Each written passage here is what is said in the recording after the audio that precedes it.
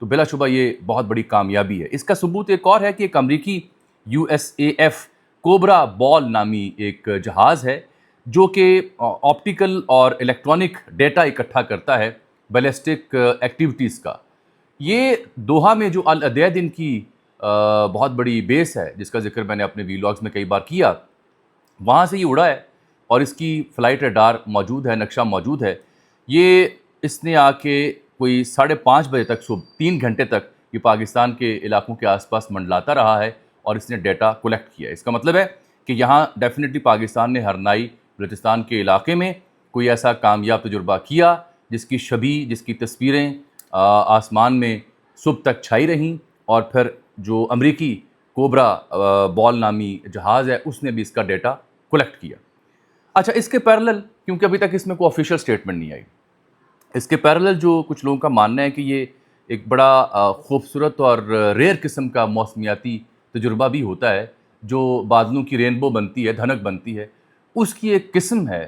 یہ اس کا شاخسانہ بھی ہو سکتا ہے، ضروری نہیں کہ یہ ہائپرسونک میزائل کا تجربہ یا کسی بیلسٹک میزائل کا تجربہ کیا گیا ہو۔ یہ موسمیاتی تبدیلی اور جو رینبو بنتی ہے، دھنک بنتی ہے، اس کی ایک بگڑی ہوئی شکل بھی ہو سکتی ہے، جو بڑا ریئر کبھی کبھی آسمان پر دکھائی دیتا ہے۔ لیکن اطلاعات ابھی تک یہ ہے، جو امریکی جہاز کا ڈیٹا ہم نے دیکھا، کہ پاکستان نے کو بھارت کو جواب ضرور دے رکھا ہے یہاں کہ لیجئے ہتھیار ایک دفعہ پھر تیار ہے۔ میں ذرا غازہ میں جو فوجوں کی تعیناتی ہے اس کا معاملہ آپ سے ذکر کر لوں، کیونکہ اس پہ ہم نے بات نہیں کی تھی۔ ٹائمز آف اسرائیل نے ایک خبر چھاپی، بہت مختصر سی خبر چھاپی۔ اس میں وہ کہتے ہیں کہ جو انٹرنیشنل فورسز ہیں ٹو اسٹیبلائز غزہ، اس میں ٹروپس ہو سکتے ہیں پاکستان کے، could include troops from Pakistan. یہ جو انہوں نے رپورٹ کیا کہ وائی نیٹ نیوز نامی ایک سائٹ ہے آسٹریلیا کی، اسرائیل کی، اس نے، یہ ٹائمز آف اسرائیل اس نیوز سائٹ کو کوٹ کر کے بتا رہا ہے کہ جو اسرائیل کی پارلیمنٹ ہے، جسے نیسٹ کہتے ہیں، KNESSET، اس کے جو فارن افیئرس کے ممبر ہیں، خارجہ امور کو دیکھنے والے جو MPs ہیں، اور جو ڈیفنس کمیٹی ہے، ان کو بتایا گیا، اور کہاں بتایا گیا؟ کلوز ڈور میٹنگ میں۔ کب بتایا گیا؟ 1 ہفتہ پہلے۔ اور رپورٹ کر رہا ہے ٹائمز آف اسرائیل کہ 1 ہفتہ پہلے جو ان کی فارن افیئرس کمیٹی کے لوگ ہیں، ڈیفنس کمیٹی کے لوگ ہیں، ان کو بتایا گیا کلوز ڈورز میں، بند کمروں میں، کہ یہ جو ٹروپس آئیں گے، جس میں انڈونیشیا ہے، آذربائیجان ہے اور پاکستان ہے، تو یہ ان کو بتایا گیا پچھلے ہفتے کہ پاکستان کے ٹروپس بھی، فوجی بھی اس میں شامل ہو سکتے ہیں۔ یاد رہے کہ انڈونیشیا تو برملا 20,000 فوجی بھیجنے کا اعلان کر چکا ہے۔ آج جب میں دن کے وقت مخاطب ہوں تو ڈان اخبار بھی اس معاملے میں سرخی اور خبر لگا چکا ہے بڑی واضح طور پر۔ کل رات وسیم بادامی صاحب کے شو میں دیکھ رہا تھا، رانا ثناءاللہ صاحب کہہ رہے تھے اگر مظلوم فلسطینیوں کی مدد کے لیے افواج کو غزہ جانا پڑے تو یہ بڑی سعادت کی بات ہوگی۔ سوال یہ ہے کہ جب ظلم و بربریت ہو رہا تھا تب مسلم افواج سعادت حاصل کرنے کیوں نہیں گئیں؟ دوسری بات یہ ہے کہ اگر اب یہ امن مذاکرات یا ڈائلاگ کا معاملہ آگے بڑھا ہے اور اہل فلسطین اور غزہ نے اسے قبول کیا سولوشن کو، تو سر آنکھوں پر۔ لیکن سب سے اہم سوال یہ ہے کہ ہماری حکومت، ہماری سینٹ، ہماری قومی اسمبلی یہ اس بارے میں خاموش کیوں ہے؟ یہ قوم کو اعتماد میں کیوں نہیں لے رہے؟ دبے لفظوں میں، ڈھکے لفظوں میں اس کا اظہار کیوں کر رہے ہیں؟ یہی وجہ ہے کہ میں نے دیکھا ہے کہ PTI نے بھی مطالبہ کیا، شیخ وقاص اکرم کا ٹویٹ تھا اور علامہ راجہ ناصر عباس کا ٹویٹ بھی تھا، یہ بتایا جانا چاہیے کہ کیا پاکستان باقاعدہ، کیونکہ ہم دیکھیں فیلڈ مارشل بھی اردن کے دورے پر ہیں، اس سے اور پرائم منسٹر جو ہیں وہ سعودی عرب گئے ہوئے ہیں، محمد بن سلمان سے ملے ہیں، تو عرب سعودی ممالک سے ملاقاتیں بھی ساتھ پیرالل جاری ہیں۔ تو یہ بتایا جائے کہ پاکستان نے اس سلسلے میں کیا کمٹمنٹ دی ہیں، تمام سیاسی اور مذہبی جماعتوں کو آن بورڈ کیا جائے۔ یہ جو پس پردہ اور ڈھکی چھپے انداز میں ایسی کوئی کاوش ہے، اس کو قوم یا سیاسی جماعتیں قبول نہیں کریں گی، پرابلم آئے گی۔ اس لیے راجہ ناصر عباس صاحب ہوں یا شیخ وقاص اکرم ہوں، ان کے مطالبے میں بڑی دم خم ہے، وہ چاہ رہے ہیں کہ بتایا جائے کہ مشاورت ہم سے کی جائے۔ اور سادہ سی بات یہ ہے کہ یہ فوجیں کسی بھی مسلم ملک کو تب تعینات کرنی چاہیے جب اسرائیل آزاد فلسطینی ریاست کو تسلیم کرے، جو کہ بنیادی پلان کا حصہ تھا۔ اور کیا وجہ ہے کہ اسرائیل ترکیہ کی فوجیں نہیں آنے دینا چاہ رہا اور یہ انڈونیشیا، آذربائیجان اور پاکستان کی فوجیں آنے دینا چاہ رہا ہے؟ وہاں پہ فوجیں تعینات ہوں گی، ان کے ذمہ کام کیا ہوگا؟ حماس اسلحہ نہ اٹھائے، حماس کا خاتمہ، اور اگر اس میں کوئی ناکامی ہوتی ہے اور اسرائیلین فوجیں ان فوجوں پر حملہ کرتی ہیں تو اس کا کیا مطلب ہوگا؟ تو ان گنت ایسے سوال ہیں جو آپ کے اور میرے ذہن میں ہیں، جن کا جواب جب تک نہیں ملے گا یہ معاملہ مشکوک ہوگا، اس پہ سوال اٹھیں گے۔ یہ ہے دوسری اہم خبر جو آپ سے ڈسکس کرنی تھی۔ تیسرا معاملہ ترکیہ میں استنبول میں ہونے والے ڈائیلاگ ہیں، بری طرح سے یہ ناکام ہو چکے ہیں۔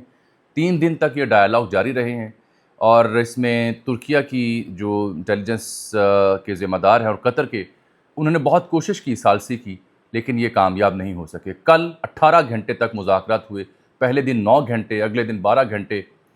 اس میں ہوا کیا ہے؟ اس میں ہوا یہ ہے کہ جو افغان طالبان ہیں، طالبان رجیم ہے، وہ کسی ایک مدعے یا نقطے پر ٹھہر نہیں سکی۔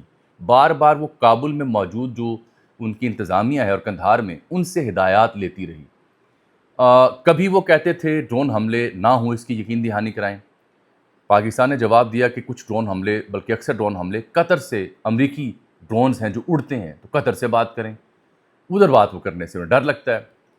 پھر وہ کہہ رہے تھے جی کہ ٹی ٹی پی آپ کا مسئلہ ہے، آپ اسے حل کریں، اسے ایک فریق کے طور پر اسے مذاکراتی ٹیبل پر لے کے آئیں۔ پاکستان نے اسے سر دست مسترد کیا۔ جب آپ کہہ رہے ہیں کہ ٹی ٹی پی کو ہم مذاکرات کی ٹیبل پہ لے کے آتے ہیں تو گویا آپ تسلیم کر رہے ہیں کہ آپ ان کے اوپر اثر رکھتے ہیں، لیکن جب پاکستان یہ بات کرتا ہے تو آپ کہتے ہیں نہیں، وہ تو ہمارے اثر میں ہے ہی نہیں ہے۔ پھر اس کے بعد اگر مگر کی کہانیاں، ٹریڈ کی کہانیاں، اور ڈرون نہ ہوں اس کی کہانیاں، یہ بار بار اپنے موقف سے وہ بدلتے رہے۔ پاکستانی حکام نے انہیں نہ صرف جو ٹی ٹی پی کے وہاں ہائیڈ آؤٹس اور قیادت موجود ہے اس کے ویڈیو ثبوت اور تصاویر دکھائیں، بلکہ کچھ بیانات بھی دکھائے۔ یہی وجہ ہے کہ پھر افغان طالبان کی جو وہاں پہ نمائندگان تھے، وہ ایک مدعے کے بعد دوسرے مدعے پہ آ جاتے تھے۔ جیسے ہی ایک مدعے کے اوپر پاکستان کے جو موجود تھے لوگ وہ بات کرتے تھے تو دوسرے مدعے پہ وہ آ جاتے تھے، پہلے مدعے کا جواب نہیں دیتے تھے۔ لیکن اطلاع یہ ہے، جو انڈیپینڈنٹ اطلاعات ہیں، طلوع نیوز، دیکھیے جیسے پاکستانی میڈیا اس کو فریم کر رہا ہے ویسے ہی افغان میڈیا بھی فریم کر رہا ہے، وہ بھی اپنی مرضی کا سچ وہاں بیان کر رہے ہیں۔ لیکن دوسری خبر یہ ہے کہ افغان جو رجیم تھی، انہوں نے کہا جی ہمارے پاس بھی داعش خراسان کے کچھ ایسے لوگ ہیں جو سمجھتے ہیں کہ ان کی ٹریننگ پاکستان میں ہوئی ہے۔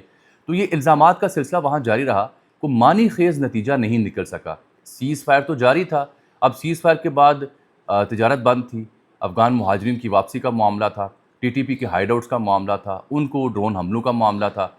اب یہ مذاکرات ہو گئے ہیں ناکام۔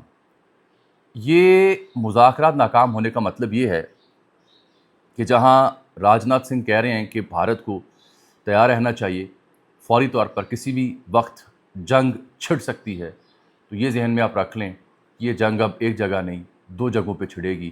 ایک طرف بھارت پاکستان پر سندھ اور سرکریک کے معاملے پر حملہ آور ہونا چاہتا ہے، اور دوسری جانب بھارت پاک افغان بارڈر پر افغان رجیم کے ذریعے، دہشت گردوں کے ذریعے حملہ آور ہونا چاہتا ہے۔ Difficult days ahead.